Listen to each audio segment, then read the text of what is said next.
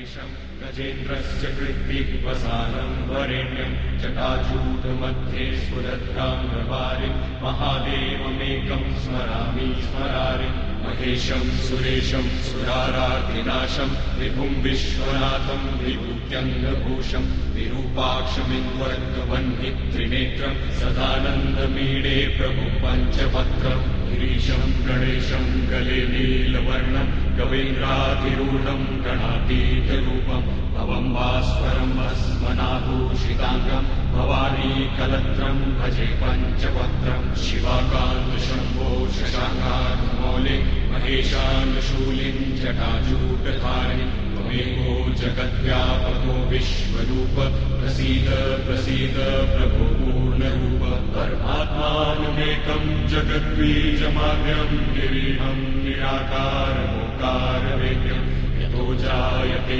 पाल्यते येन विश्वं तमीशं भजे लीयते यत्र विश्वं न भूमिर्न चापो न बन्धिर्न वायुः न चाकाशमास्ते न तन्द्रा न निद्रा न ग्रीष्मो न शीतं न देशो न वेशो न यस्यास्ति मूर्तिस्त्रिमूर्ति तमीळे अजं शाश्वतं कारणं कारणानां शिवं केवलं भासकं भासकानां तुरीयं तमः पारमात्यन्तहीनं प्रपद्ये परं पावनं द्वैतहीनं नमस्ते नमस्ते विभो विश्वमूर्ते नमस्ते नमस्ते चिदानन्दमूर्ते नमस्ते नमस्ते तपो योगगम्य नमस्ते नमस्ते श्रुतिज्ञानगम्य प्रभो शूलपाणे विभो विश्वनाथ महादेव शम्भो महेश त्रिनेत्र शिवाकान्त शान्त स्मरारे पुरारे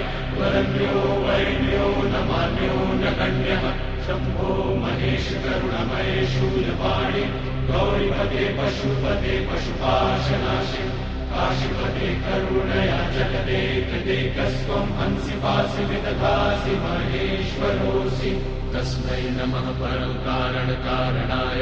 दीप्तोज्ज्वलज्वलितपिङ्गललोचनाय नागेन्द्रहारवृतकुण्डलभूषणाय ब्रह्मेन्द्र विष्णुवरदाय नमः शिवाय श्रीमत्प्रसन्न शशिपन्नगभूषणाय शैलेन्द्रजापदनचुम्बितलोचनाय कैलाशमन्दर्महेन्द्रनिकेतनाय लोकत्रयार्तिहरणाय नमः शिवाय पद्मावतातमणिकुण्डलगोवृषाय कृष्णागरुप्रचुरचन्दनचर्चिताय भस्मानुशक्तविगचोत्पलमल्लिकाय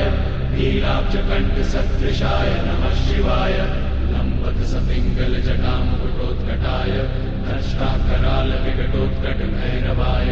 व्याघ्राजिनाम्बरधराय मनोहराय त्रैलोक्यनाथनमिताय नमः शिवाय